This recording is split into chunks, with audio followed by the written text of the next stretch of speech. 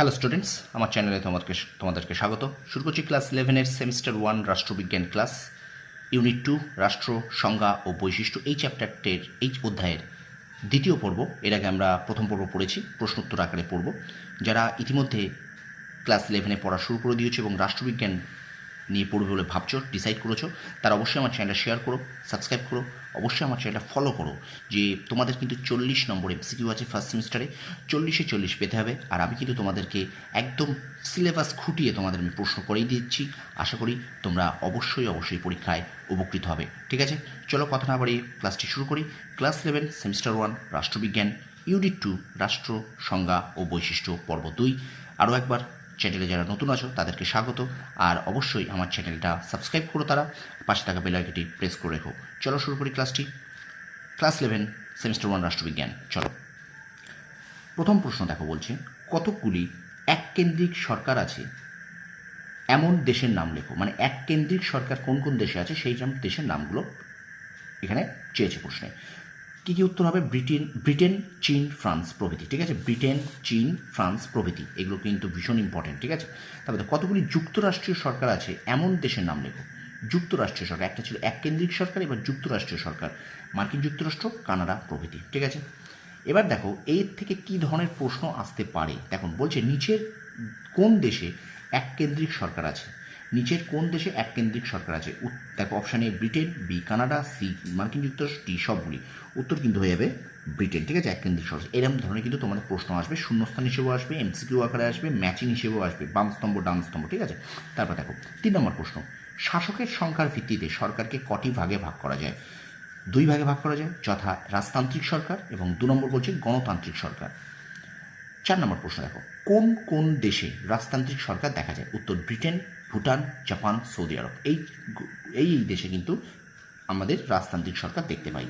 তারপর দেখো কোন কোন দেশে গণতান্ত্রিক সরকার পরিলক্ষিত হয়? ভারত, ফ্রান্স, ব্রিটেন, মার্কিন যুক্তরাষ্ট্র। এবার দেখো, আইনসভার নিকট দায়িত্বশীলতার প্রেক্ষিতে সরকারকে কয় ভাগে ভাগ করা যায়? উত্তর এখানে হয়ে যাবে 2 ভাগে।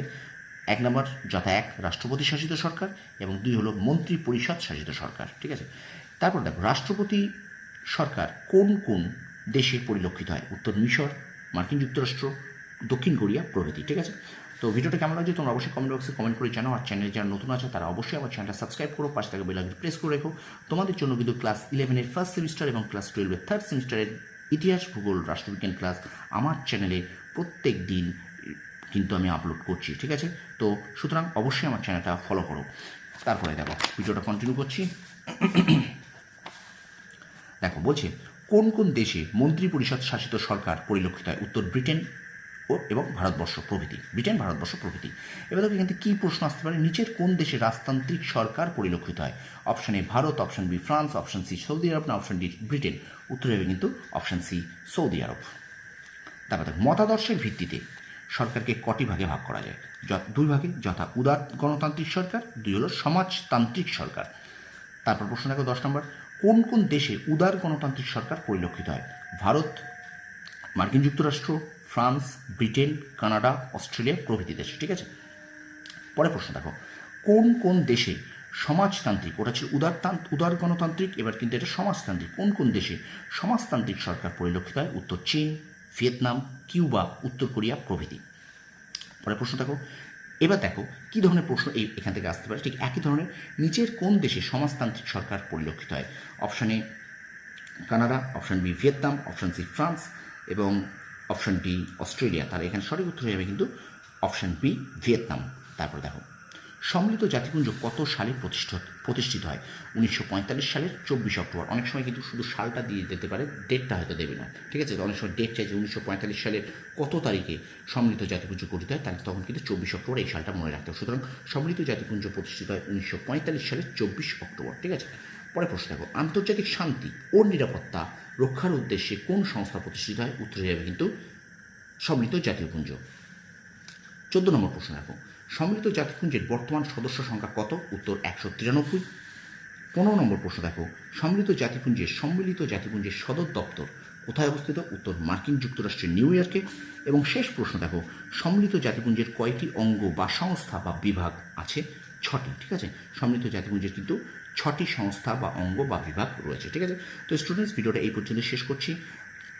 আমার ভিডিওটা ভালো লাগলে অবশ্যই কমেন্ট বক্সে কমেন্ট করে জানাও। আর অবশ্যই তোমরা কোথা থেকে দেখছো তোমরা একটুখানি আমার কমেন্ট বক্সে জানাও তোমরা কোন স্কুলে পড়ো এবং তোমরা কোথা থেকে আমার ভিডিওটা দেখছো, ঠিক আছে। ভিডিওটা ভালো লাগলে অবশ্যই আমার চ্যানেল শেয়ার করা চাই, লাইক করা চাই, আর অবশ্যই কিন্তু সাবস্ক্রাইব করা চাই। চ্যানেলে যারা নতুন আছো তারা অবশ্যই আমার চ্যানেলটা সাবস্ক্রাইব করে রেখো, কারণ তোমাদের জন্য কিন্তু আমি ক্লাস 11-এর ফার্স্ট সেমিস্টারের ক্লাস ইতিমধ্যে শুরু করে দিয়েছি। সুতরাং তোমরা অবশ্যই আমার চ্যানেলটা ফলো করো, আমাকে তোমরা কমেন্ট করে জানাও তোমাদের আমার ভিডিও কেমন লাগছে। তোমরা সফল হও, তোমাদের সাফল্য কামনা করি। ধন্যবাদ।